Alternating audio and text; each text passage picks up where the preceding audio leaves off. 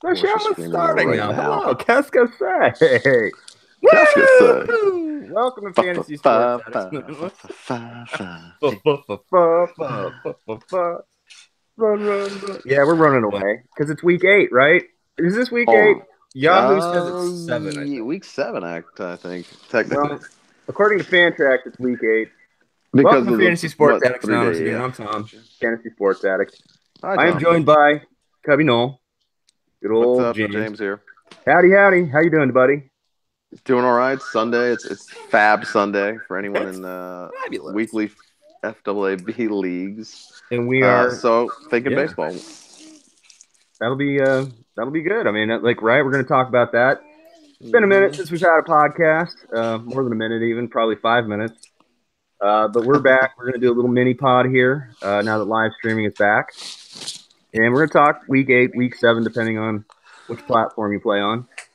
We're going to talk about players you might want to pick up, players you might want to talk about. We're going to talk about how our leagues are doing, and we're just going to generally bullshit for a little bit. So Yeah. sit tight, enjoy it, and we'll just dive right in. I think first thing we want to talk about is just let's kind of update where we're at in our own with the FSAA leagues and maybe the home dynasties. I know some people have been asking for updates on that. Yeah. I think the first thing I'm going to do is just show, since this is the most contentious and talked about of all of our leagues personally, I'm going to show the Yes. FSAA Roto auction standings, and hopefully you can Yeah. all see this. And this is what year 3 of this league. Exactly. And Year 1 was a little. People were kind of feeling it out. Year 2 that really got pretty darn competitive, and then it's up again. Year 3, it's very competitive. very I competitive. mean, when you're scrolling through the transactions, I mean, there's got to be a handful like 5 to 10, seemingly every day. Yeah. There's some ad drop every day by a handful of people. Yeah, and I mean, when you're talking about like, we're literally some of the recent transactions here. We're pretty much scraping the bottom of the barrel here, Keenan Yeah. last night made a good pickup with the Kyle Freeland. That's again how great that is going forward. Good question, but And another side of it, active competitive league is if you're hoping to grab someone like a newly named closer, but it's been a few hours since he was named, don't even bother. He's gone. yeah, forget it. Unless you're the guy that literally catches the news first. Holy shit! I'm running to my computer. I'm picking them up. That's how all of our leagues are, though. I mean, Yes. the slightest amount of shine or hype or news necessitates a stampede to the waiver wire. And if you're even like a few minutes behind the curve, like just go hang your head in shame and be like, damn it. Well, I guess we'll give a quick overview of this because people that aren't in these leagues probably don't give a crap. But Yeah, guys that are in their leagues would like maybe a little shine. little synopsis, little shine. Yeah, As you can see at the number 1 there, Pete is just curb stomping us, just absolutely destroying us, and it's been that way since day one, basically. Basically, yeah. I mean, Pepsi Pete, you're running away with this league. It's pretty much fucking yours. I don't really know. I don't know if anybody I mean, his points have dropped, but then they come back up too. Yeah. So we thought it was leveling team, out. it's not. Yeah. If you look at his team, it's not fluky. I can't remember a player in his team, but he has one inherent advantage over everyone in a 15-team league is that he has either 4 or 5 closers. I can't remember if it's 4 or 5, but Yeah. I mean that's a huge advantage in a save-only league. There's no Yeah, holds. It's just your standard 5x5. So right there, he's got a leg up on everybody because he has 4 or 5 closers. I mean, he's rocking and rolling. He's got now. Granted, some of his pitchers. Cueto's out for the year. Oh no, Cueto's out for a while. Sorry. Yeah, and then like Anderson's all of a sudden on the DL, and Cahill's on the DL. But I mean, looking at this, like you're pretty happy with this. I mean, especially like if you've got. I mean, Morton and Verlander. I mean, Jesus. Yeah, even Greinke. I mean, Greinke hasn't been exactly himself, but he's been serviceable. So. And Morton's been an ace. There's no other way to slice it. Well, what did he have last night? 14 Ks or something. And this is a guy, just to veer off the side here.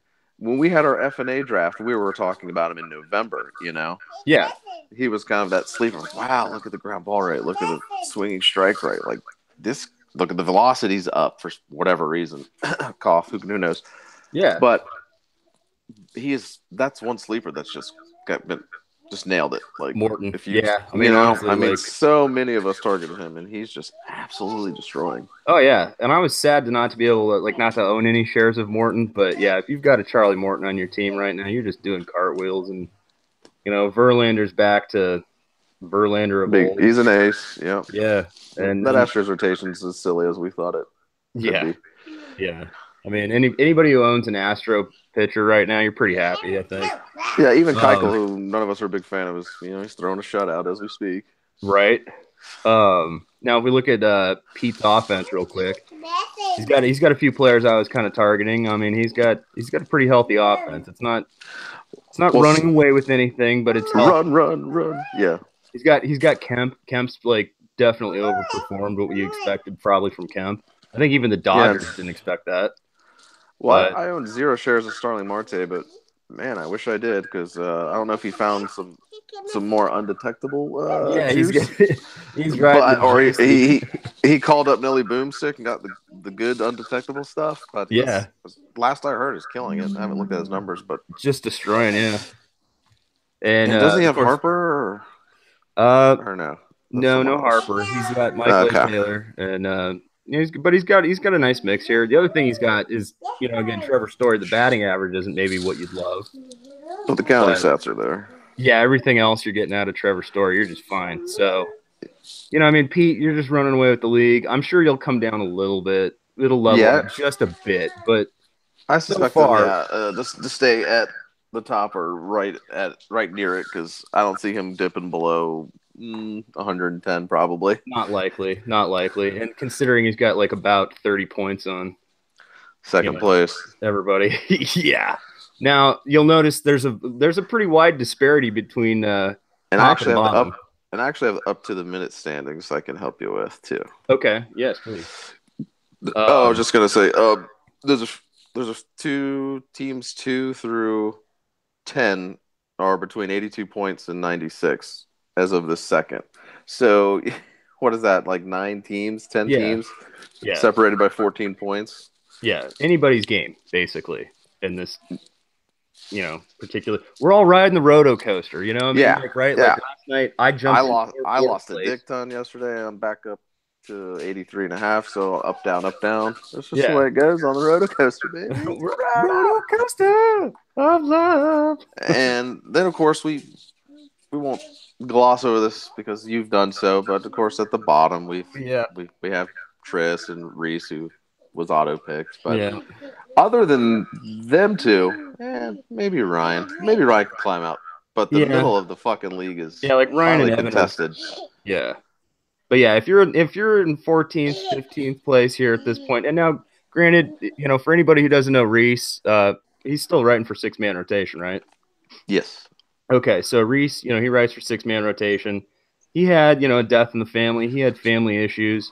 He set a queue for this auction draft, and when it came time for his team to draft as an auto bid team or an auto pick team, we call them bots. For the first time in the history of the internet and Yahoo Fantasy, this team, like the bot spent $0, like no money. Yeah, I mean, he had like $160 or $70 left out of what was it, 260? Yeah, and you'd expect stars and scrubs. That's usually what the bots. That's what the bots do. Yeah. Yeah, they stack up something. Like let's just take a quick peek, real quick, just to show you how bad it. And again, this is through no fault of his own.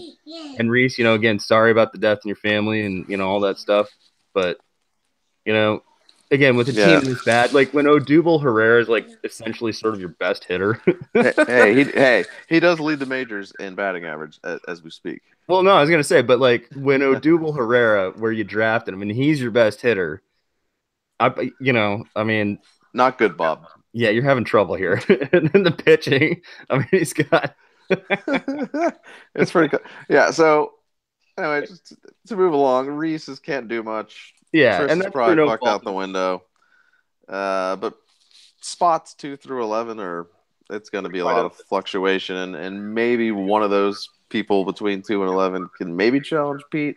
But damn, it might take another month or so before that it couldn't happen. Yeah, we'll be kind of lucky if any of us can like really make a run at Pete. I want to look at the intellectual dark web for just a second and show you what not Hey, not doing well looks like. Just because we always like to poke a little fun at the bear, right? Or the penguin, the weird with the uncle. penguin. He's got Votto and Arenado and Correa, but outside of that, it's just like, well, Gallo, I guess. But this is a standard 5x5 runs, home runs, RBI, stolen base average. Like you've always said, Gallo's average is going to come up, but like to me, Gallo's still a black hole. But as I told you, he's a batting second-rated first baseman in standard 5x5. True. Despite Okay. the dick average. Okay. All right. Fair enough. But look at all these bench bats here. Well, he's trimmed it down though since we've trimmed it down. He's learning, I think. He's learning. Maybe he's making adjustments at the plate like we've all had to do. He was priding himself on Alex Cobb being a second ace to DeGrom and Ohtani maybe. Okay. There you go. His problem is much like mine. Pitching. His is dog shit. Okay. I'm okay with mine, but I can relate. Mine's not that great myself. Right. But everybody else, again, like outside of these bottom feeders, which, obviously, unfortunately, you just have down years. It's no big deal. Like, shit happens, like in Reese's case.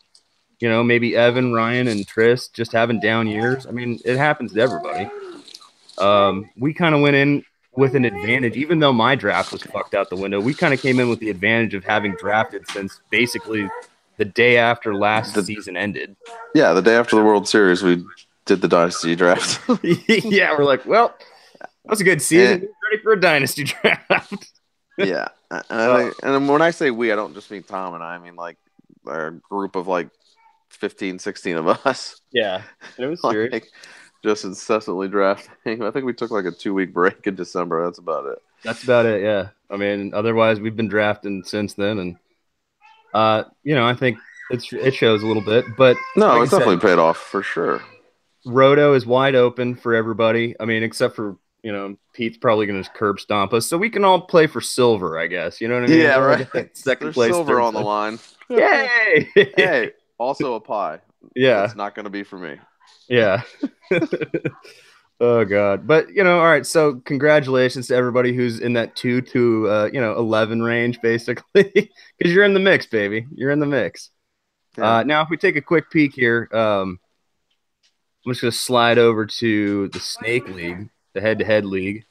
Ride the snake. The snake. And I'm losing to Keenan currently, but look at us. It's all three of us right here, and like. Again, look who's on top of this. Now, we got you leading the way, and you're stomping JD right now. I mean, look at that. Yeah, it's just not nice what I'm doing. No, it's very not. Like you're kind of being mean. I mean, you gotta share some points, baby. Let him have a few. Bench a few players. I don't know. You've got to share. But this league's been pretty competitive too. It's been pretty active. Yeah, I mean, and even this, like. Even the fantasy god here, which that's Ryan. Oh boy, he's not that ridiculously far out of the playoffs. You mean? Yeah, like if you 10 11 games to make up to get into sixth place. That's not absurd throughout the season. No, long way to go for head to head. Yeah, and this is a pretty contentious league as well. I mean, we have C Money at the top of the Roto League, Connor, and here he is in 12th place. But like no big deal, No big deal. No big deal. So like I'm excited. This is probably one of the most competitive years we've had. And there were some comments made by certain Penguins about how I didn't know you cared about these leagues. I didn't know you cared about your FSAA brand in your league. Well, I do, and I did. But see, the thing is, I don't necessarily need to win all my leagues, and I was pretty happy when we started FSAA to not be the guy that wins all the time. Same thing for Ryan, right? Because it's not – I mean, winning's fun, but, like, you got to learn. You got to challenge yourself. You got to get outside the box a little bit. And what I found was that I had to make adjustments, James. Yep. We talked about, like, why I wasn't doing as well. We talked about things like I could do to change this. And I think way back in November, you pointed something out to me. You said, look at all the teams that finish regularly in the top 3 to 5. Yeah. Notice something in common with those teams. And I was like, well, I noticed that I'm like on the outside looking in, like I'm close, but not quite there. And he's like, well, right, you told me to take a deeper look. And I was like, there's no bench bats. And you're like, yep, that's why. Because we talked about Yeah. this now. If you've got too many bench bats, as much as, you think like, oh man, I've got this like great guy I just stashed in my well, most of the time he's not going to play, right? So it's going You to can only play waste. so many. There's Yeah. only so many starting spots. And you think about off days, but there's so few off days. Meanwhile, if you start stacking other starters or relief pitchers, even if they're not closers or holds guys necessarily, they're just getting you clean ratios and strikeouts, picking up a win and or a this isn't save here or there. it's not a new strategy by any stretch. It's not reinventing the wheel, but I just a few years ago was like, yeah, why am I carrying more than like one bench bat? It's just a waste. Well, and you know how people over the years in different leagues, you always hear like it's almost like bad beat stories in poker. They're like, man, I had 4 home runs on my bench this week. It's like, motherfucker, why do you have 3 hitters on your bench? You could have had basically a full start worth of good relief pitching at least. You know what I mean? Or a stream, whatever. Yeah. So it's basically just sort of wasting assets. And I get the idea of maybe like, oh, well, I'm blocking the rest of the league from this other good player. Yeah, or I'll trade bats for something I need, what have you. But by and large, if the bench isn't deep, if it's only like a 5-man or something standard, there's really no reason to carry more than like one bench bat. There just isn't. I don't know why. I was gonna say I don't know why this didn't like resonate with me sooner. Because again, I was always power heavy. I'm the guy that loves power hitting, and like I got to have a lot of home runs, and I love bats, and because I'm a chick, I dig the long ball, but like it doesn't do any good. I remember what was it, 2016, 2016. I think I had a tally on our homepage, our home dynasty leagues about how many home runs I had on the bench because I had just had that stacked hitting, and like when you mentioned like things going to waste, and I thought back to that. I was like, well, that is true. Like, what the fuck was I doing? Well, goddamn. Yeah, no, I mean, if you have a bigger bench, like 10-man or something like that, fine. Obviously you don't have one bat and 11 pitchers. That's kind of absurd. But right for standard, I mean, for those of you that are just kind of starting out, I advise just one bench bat. I mean, what you want to do is very simple. Is not reinventing the wheels. Just get the best possible starting lineup and just let it ride. Yeah.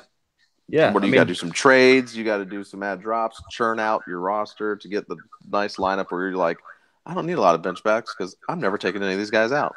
Exactly. So the goal is to hopefully get it to that point where you can just be like, all right, well, here goes my starting pitchers up your ass. Here goes my fucking closers up your ass. My holds guys, Yeah. And JD does this. J Money does. Not a good. I'd say at least probably half the league probably does that. I looked around a few weeks ago, and about half the league only has maybe one bench bat. There's a few guys that might have 2, 3, 4, and I don't get that. But maybe they'll watch this and maybe they'll change their minds. Well, I mean, it kind of makes sense. I mean, again, like I said, it's not like a secret. I just was not paying attention to it, It's not a secret at all. No. And now, all right, so I'm on the FSAA Dynasty League here. We'll just update this real quick. This is, again, another fairly contentious league. We've got, I don't know if you have the up to minute stats here. Yeah, I can look real quick. But you can tell it's very close here. I mean, we're chasing JD. The live standings. JD is first. I'm fourth. And you are, what's your name? Oh, you're Color Me Dead, right? Yep. That's my Oscar Taveras logo. Yeah, you and Nate are tied for second. Okay. I'm fourth. Okay, and that's exactly the way it should be. But we still got.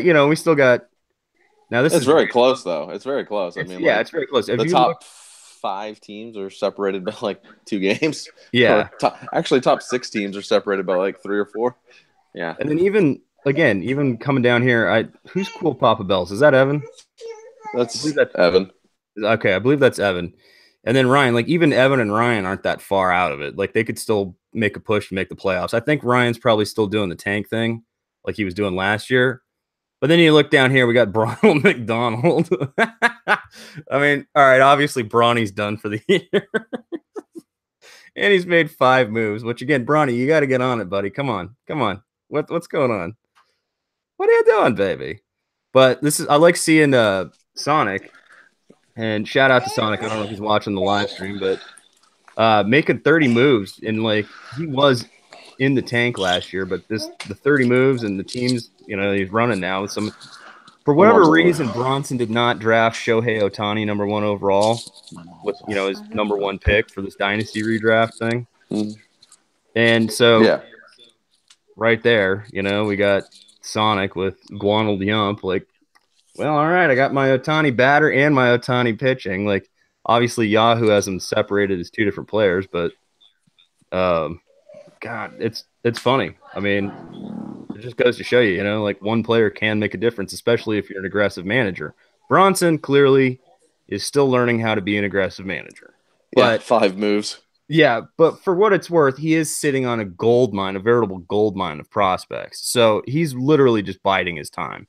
At some point, like, he won't even be able to, like, you know what I mean? When you're sitting on, like, Guerrero Jr. and all this kind of stuff, at some point, you have to be better than you are. You know what I mean? And if you're not, like, you're just doing it wrong, And hopefully, again, as Bronny sees a little bit more of what the rest of us do and, sort of becomes more familiar with how prospects develop and get called up and all this stuff. Again, he's a young kid, like, so he wants to have a young team, and here, let's go outside. He'll figure it out. He'll be just fine. And yeah, everybody else though, I mean, this league's just wide open too. I mean, I'm stoked about that. Kids are barking. And then what else do we want to look at? Do we want to look at your league, or do we want to look at the dynasties, or should we just pass on that? No, we don't have to look at mine. Okay. All right, we'll pass on the home dynasties. Those are our dynasties. That's just for our edification. But we wanted to show you the FSAA leagues, if nothing else. Give you a taste of how it's going. Like I said, there's one other thing I might try to do. I think maybe if we can, maybe we'll try to show the TGFBI leagues. I'll have to pull that up because I don't know. Oh, I got it pulled up right now. You do? Okay. Are you able to screen share or? No, I can just tell how the addicts are doing real quick. Okay, yeah. All right. So there's 4 of us? Reese, and Andrew and us. Yeah, and the 2 of us. And this is updated as of 30 minutes ago. You're currently 3rd in your league and 26th overall. And this is out of 195 industry people, or whatever you want to call them.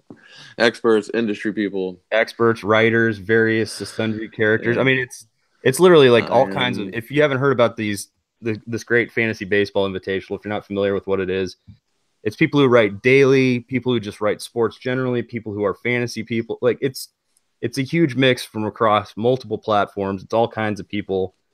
And we I kind of had to backdoor us in. I just was like, hey, let us in, But hey, at least we're representing now that we're in. I mean, you're 26th out of 195. I'm currently 39th out of 195. So I can find Andrew real quick. I think Andrew's in the 80s last time I saw. So I think it's roundabout there. And I don't remember Reese's team name. Oh, but at least I think it's just Reese, at least SMR. There's 2 of us in the top 40 and Andrew's in the top half. Like, we're holding our own. Yeah, we're not embarrassing ourselves. I'm hoping. I've been as high as 10th place. I don't know what your highest total was. 17th. 17. Okay, so we're right there. Right there. I mean, you're waiting for closers. You need some closers. Waiting for closers to pop up. I got 5 guys that pitch the 8th inning on my team, just praying for an injury. I got I got a voodoo doll of Brad Hand. I got a voodoo doll of Brad Brock. I mean, I'm poking them. I'm hoping someone goes down with an injury. Right. You're just like, come on, somebody give me something here. But yeah, it's been fun. I mean, I'd love to climb up, but if any of us at least win our individual league, I mean, that's pretty cool.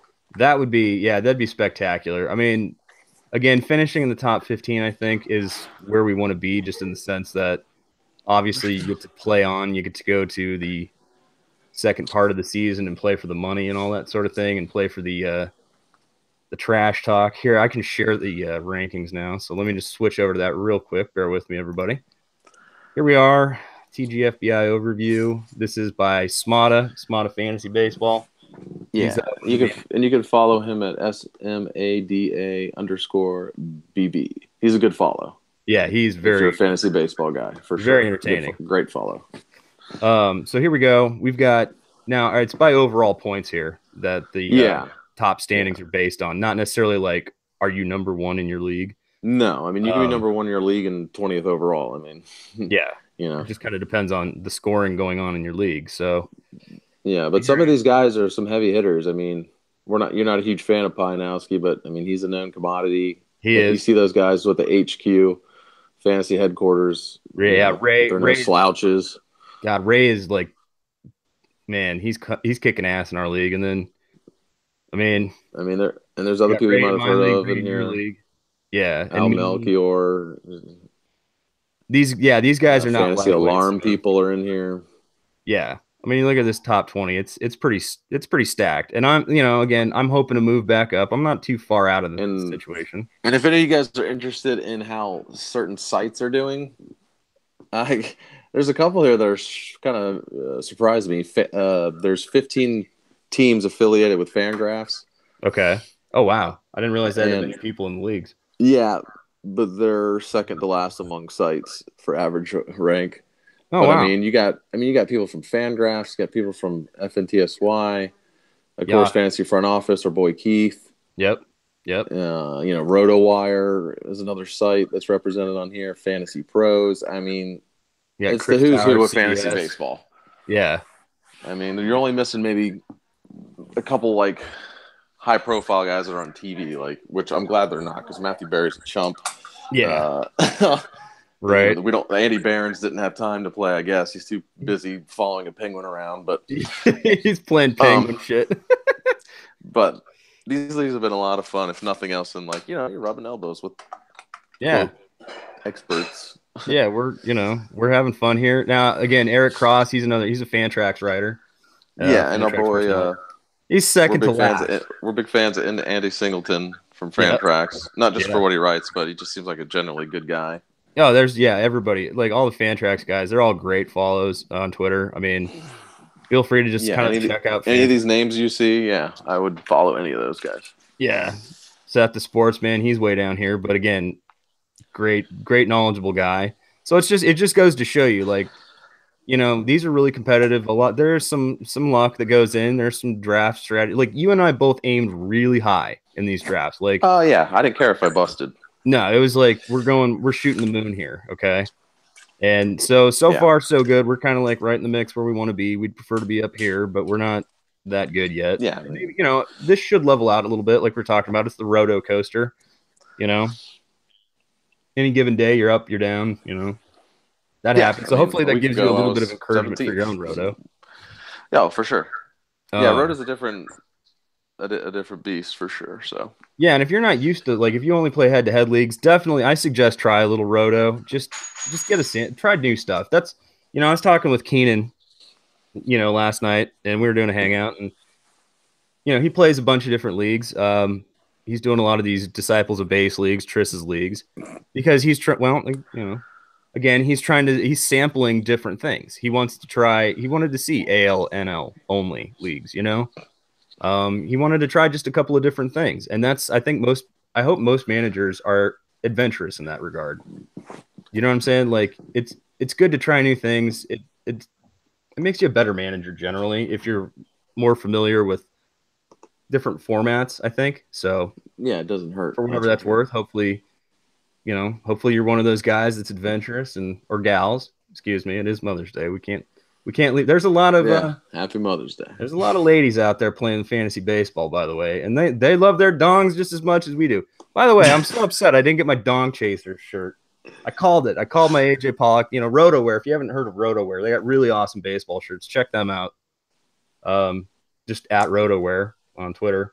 or you can just search RotoWear. But if you like baseball themed shirts or just sports themed shirts, RotoWear, like, and this isn't payola. Like, I'm wearing an FSAA shirt. They haven't given me any shirts. James, you've got one. They're pretty good shirts, though, right? Yeah, they're comfortable. Yeah. Yeah. So, I mean, it's, if you want something that sort of represents maybe one of your players or your team or something like, what's the Phenom, the Ronald Acuna Braves shirt where it's Phenom. Oh, with the tilde. Yeah, Yeah. the little tilde on the Phenom thing. Yeah, That's a pretty cool shirt. There's a lot of cool shirts, so worth checking them out. I thought I'd throw that out there, just a little shout out because they're good guys. But yeah, I mean, so far I'd say we're having a pretty good season. We put in a lot of work, a lot of research going in, and so far so good. No, and that's part of the fun. And that's actually, for me, it's a lot of the fun is doing that part. I love looking at that shit. Yeah. Well, all right. So we've talked about this probably before. I'm not necessarily as analytically driven as you are. I'm not necessarily a math or numbers guy quite as much. I've gotten more into it, but I still sort of rely on you and other people that are more analytically driven to translate the data to me. You know what I'm saying? Mm-hmm. So, like, I mean, again, is the statistics and the math and all that stuff that enhances your enjoyment of not just baseball, but right, I'm assuming fantasy overall. Yeah, definitely. Like, Okay. I love seeing the why. Oh, Yeah. I'm gonna pick up this guy because he's got a good ERA. Well, how is he getting that outcome? Oh, because he has this particular skill, strikeouts, or he has this particular skill, ground ball rate, Or maybe he's just lucky. You or got the maybe you look and you're like, I think I'm going to sell high. Like, real quick, Jamison Time was a perfect example. He started out hot first few starts, and I put him on the trade block in the FSA Roto League we just were talking about.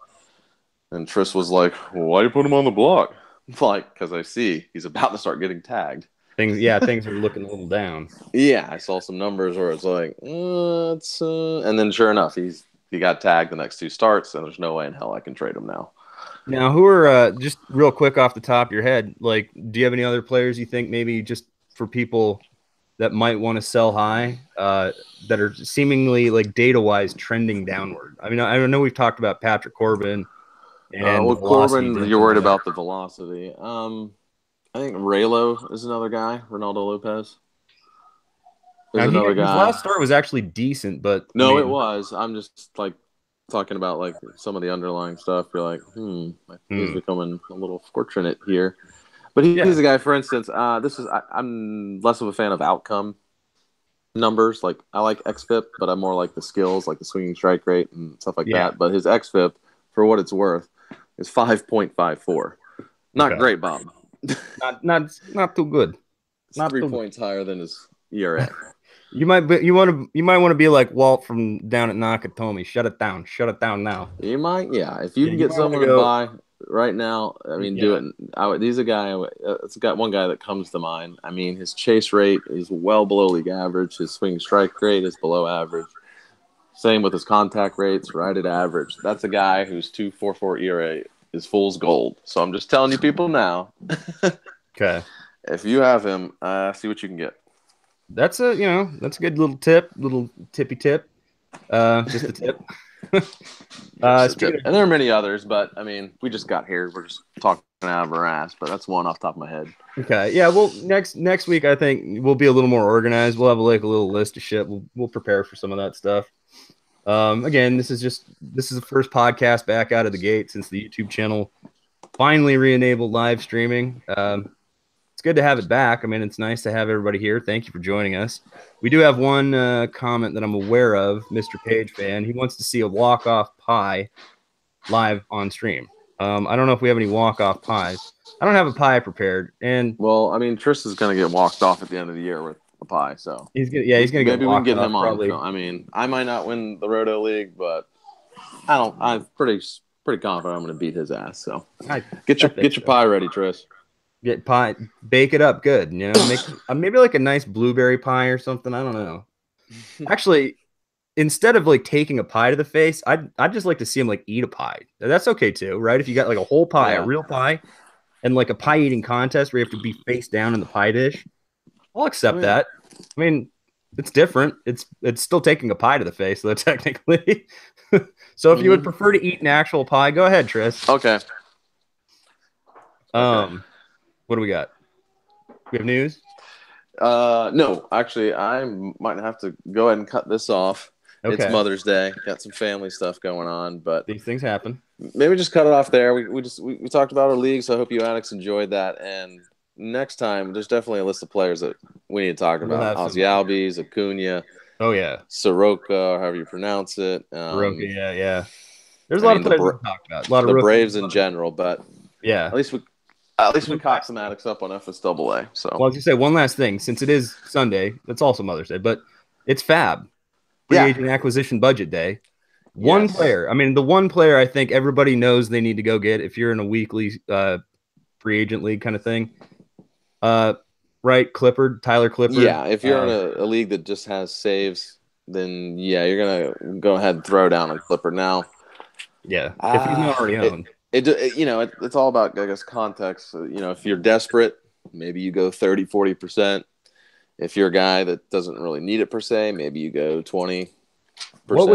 Did you decide on what your bid? Well, now, you don't have to say the exact amount, but at the risk of one of our fellow league members, Keith, is coming across this, I'm not going to say. Yeah, I was gonna say you don't have to give me an exact dollar amount, but just ballpark it, like percentage.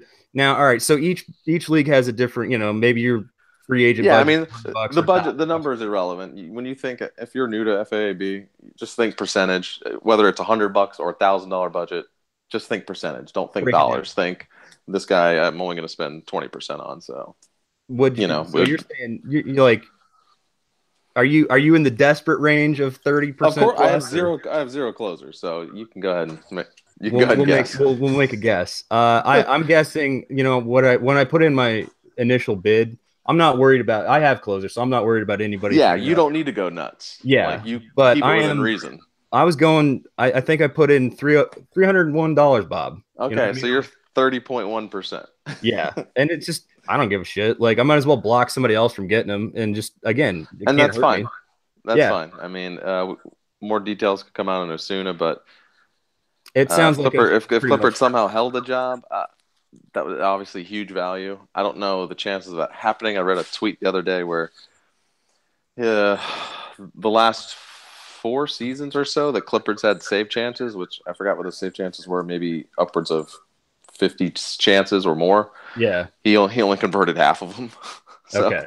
So that's not cause for massive optimism, but there are other arms, Sawanga. Tapera, whatever his name is. I mean, if Givens is available in your league, you just got to save the other night. Ooh, Givens got me a save, baby. I'm glad I drafted him. Actually, I'm glad I drafted him, dropped him, picked him back up for $2 last week, and then O'Day went to the D. Okay, so I'm glad to have him. I mean, again, just small example. If you need a closer or whatever, your free agent budget, just budget your money accordingly. Like, how desperate are you? 20% seems like reasonable if you really need the guy. If you really, really need the guy, go higher, but. Just a quick example. We'll have more of this next week, but quick little podcast, little hangout. James, is good talking to you. And you guys, if you want to catch some of James's articles or just talk to James on Twitter, he's at Cubby Knoll. So thank you, James. I hope you have a lovely family time and all that. And of course, fantasysportsaddicts.com is my website. Please feel free to come by and hang out and say hi. I'm on Twitter at letter S, the word double, letter A, FSAA. In the meantime, fantasy gods, please grant me the serenity to set my ideal lineup, courage to add drop aggressively, and the wisdom, as always, to make good trades. Amen. We'll see you guys next week. Probably see you throughout the week. We got live streaming back. I'm probably going to be doing videos out the wazoo. So we're back, baby. Hey, be sure to subscribe if you haven't already. Make sure you click the little bell icon for notifications when I do my videos. And thumbs up, subscribe, leave a comment, all that. Tell people about it, share it. If you got any comments or suggestions, please leave them in the comments. I'd love that. I'd like to talk to people, baby. But you guys have a great weekend and a good luck. Good luck for week 8, week 7, depending on your fantasy platform. But Cubby, thank you for joining me. Signing off.